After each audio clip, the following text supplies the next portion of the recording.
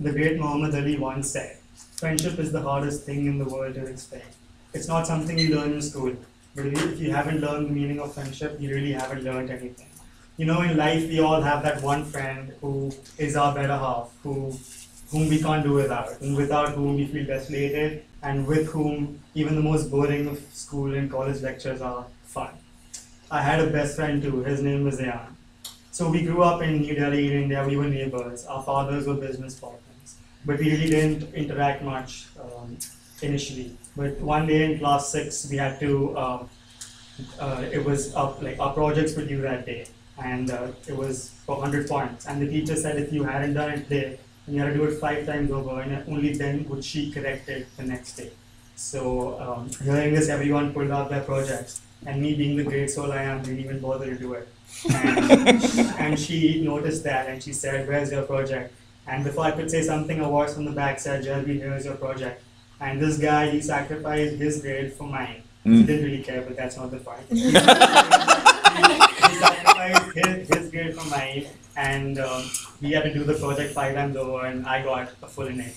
So since that day, we became really close, and we did become best friends. Everything was fun. School was fun. We were neighbors, so I used to come to school with him and go back with him.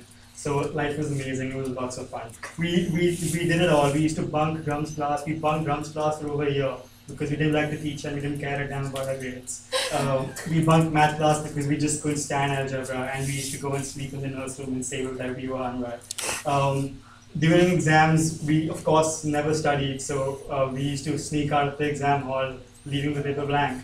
Um, we pulled fire alarms in the middle of board examinations because we needed more time to prepare. So we had to get there, and then we had more time to prepare. The exam was postponed to the next day. We used to impersonate the principal's voice, call home and congratulate our parents about A's. We never got A's, obviously. We didn't get B's or C's either, but that's not the point. So, we used to pick each other after our curfews and party till 5 a.m., 6 a.m., and then go to school together. One of the craziest things we did together was this went on for around a month. So our parents used to drop us to school. We used to be in our uniforms, and we used to say bye to them. And then before we could reach class and take attendance, we used to jump over the school wall and go to the movies, change into our home clothes, and spend the whole day at the movies. And then we used to come back to school, change back into our uniforms, and when school used to get over, our parents used to pick us up.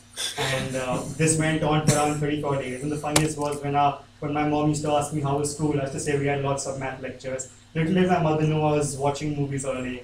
This went on for 34 days until one day the principal caught up to us, and she called our parents, and then the rest is history.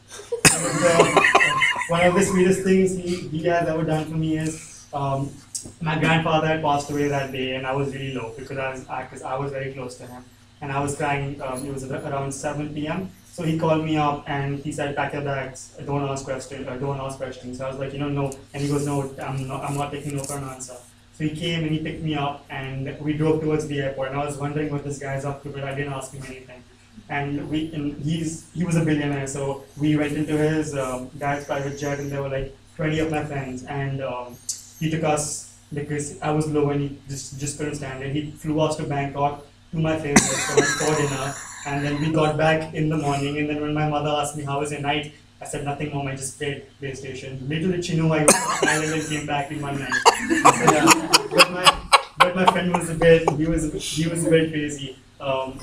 He had a sleeping disorder. We were all at his house one day, and he went to sleep early because he was not well. And around 4 a.m., all of us are playing Xbox, and we see this guy get up, and he walks towards his cupboard, and he picks up a gun. And we thought, and he was a national level shooter. So, and he pointed it at us, and we thought that he was just fooling around. But then I saw his eyes, and he was sleepwalking. And only me and my friends know what we went through because this guy was sleepwalking, had a gun loaded and pointed at us. And only I know how I prevented him, but it takes too long to tell you how I did that. Anyway, life was fun. We partied in Delhi. We used to, we partied all over the world: London, Paris, New York, Melbourne, Sydney, everywhere. And Mykonos, Greece. Life was all fun and games. One day, it was his birthday. This was in New Delhi, and he was having a party at his farmhouse. And it was a wild party. Booze was flowing. He had flown down Russian models and Bollywood celebrities, and his dad just gifted him a new Bugatti Veyron on that day, probably the first one in India. And I was more excited than him because I was going to get to sit in it and ride with him. And I went to him and he was a bit tipsy, obviously, more than tipsy. And I said, like, let's go. And he said, no, I'm a bit tipsy. We'll go tomorrow. I'm like, come on, you just got a Bugatti. You got to be kidding me. You got to take me for a ride. And he said, no. And I forced him. And then we went and sat in his car.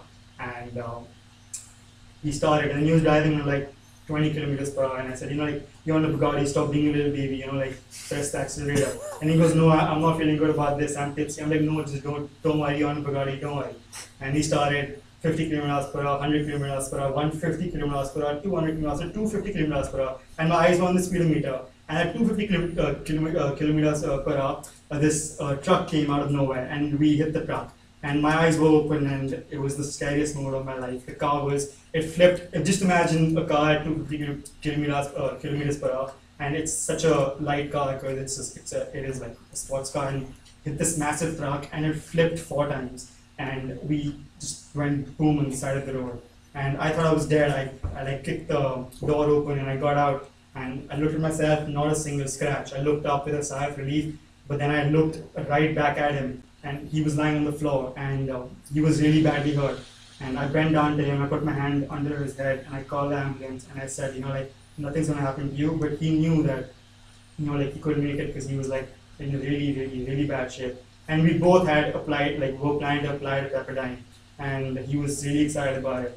And he looked at me and he just shook me and he said that, go to Malibu, have lots of fun and miss me. And he just passed away. And for a year after that, I have lived with the blame that, because of me, it's like what happened to him. I blame myself for it. And I never really got over it. But, in life, you have to move on. There's no, you just have to move on. You can't be stuck there forever. And no matter how much I blame myself for it, I know that he would want me to move on. And as long, as badly I would have wanted him to sit among all of you and listen to me today. I know he's up there somewhere and he's watching over me because that's what best friends do.